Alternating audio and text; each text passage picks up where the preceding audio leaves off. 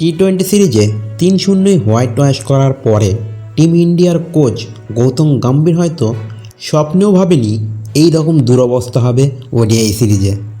প্রথম ওডিআই ম্যাচে একটা জেতা ম্যাচ, যেখানে 15 বলে 1 রান দরকার ছিল, সেটা করতে পারেনি টিম ইন্ডিয়া এবং ম্যাচটি ড্র হয়। আজ দ্বিতীয় একদিনের ম্যাচে 32 রানে হারতে হলো গৌতম গম্ভীরের দলকে, যেখানে ভারতের স্কোর 97 রানে 0 উইকেট ছিল। সেখানে ভারত অল উইকেট হয়ে যায় মাত্র 208 রানে। মাত্র 111 রানের মধ্যে 10টি উইকেট হারায় team India. Virat Kohli, KL Rahul, Shreyas Iyer, Shivam Dubey সবাই ব্যর্থ। রোহিত শর্মা 44 বলে 64 রানে আউট হওয়ার পর তাসের ঘরের মতো ভেঙে পড়ে ভারতীয় দলের মিডল অর্ডার। শ্রীলঙ্কার হয়ে একাই 6টি উইকেট নেয় জেফ্রি ভেন্ডারসে। এছাড়াও 3টি উইকেট নেয় চারিত আসালাঙ্কা। তো এই ভিডিওতে আমরা দেখে নেব এই হারের 5 জন ভিলেন, যাদের কারণে ভারতকে এই ম্যাচটি হারতে হলো। এই হারের প্রথম ভিলেন হচ্ছে হরদীপ সিং। হরদীপ সিং আজকে 9 ওভার বোলিং করে 58 রান খরচ করে কোনো উইকেট ছাড়াই। ডেথ ওভারে অত্যন্ত খারাপ বল করে সে।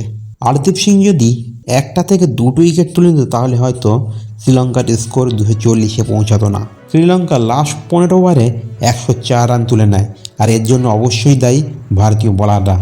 যেখানে শ্রীলঙ্কার স্কোর 35 ওভারে 136 রানে 6 উইকেট পড়ে যায়, সেখান থেকে তাদের স্কোর পৌঁছায় 240-এ, এবং এর দায় তো অবশ্যই নিতে হবে ভারতীয় বোলারদের। এই হারের দ্বিতীয় ভিলেন হচ্ছে বিরাট কোহলি। বিরাট কোহলির মতো এত এক্সপিরিয়েন্স ব্যাটসম্যান আজ মাত্র 19 বলে 14 রান করে, আর এই হারের জন্য অবশ্যই তিনিও দায়ী। তৃতীয় ভিলেন হচ্ছে শিবম দুবে।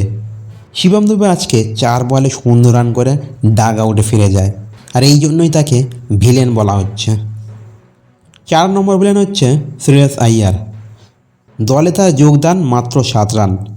ভারতীয় দলে অনেকদিন পরে কামব্যাক করেছে সে।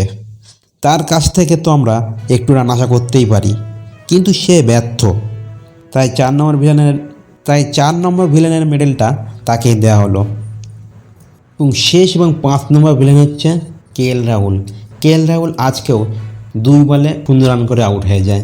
তো এই হারের জন্য অবশ্যই তিনিও দায়ী।